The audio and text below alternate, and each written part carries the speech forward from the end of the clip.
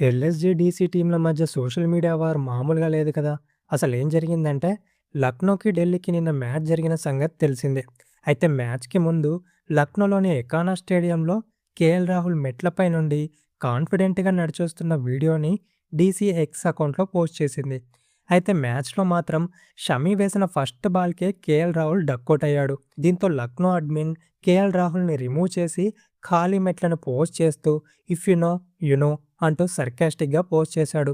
అయితే ఢిల్లీ టీమ్ చేజింగ్‌లో ఇనిషియల్‌గా స్ట్రగుల్ అయినా ఫైనల్‌గా మ్యాచ్ అయితే విన్ అయింది. దీంతో ఢిల్లీ అడ్మిన్ ఊరుకుంటాడా?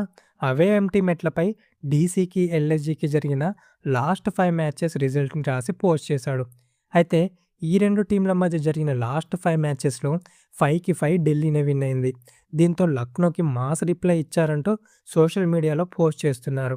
అయితే ఎల్ఎస్జీ ఓనర్ గోయంకాకి, కేఎల్ రాహుల్‌కి మధ్య జరిగిన సంగతి అండ్ డీసీలో ఉన్న పంత్, ఎల్ఎస్జీలో ఉన్న రాహుల్ టీమ్ స్వాప్ అయిన విషయం తెలిసిందే. ఏది ఏమైనా ఫీల్డ్‌లో జరిగిన మ్యాచ్ కంటే సోషల్ మీడియా వార్సే ఇంట్రెస్టింగ్‌గా ఉంటాయంటూ సోషల్ మీడియాలో కామెంట్ చేస్తున్నారు. మీరేమంటారు మరి? కామెంట్ చేసేయండి.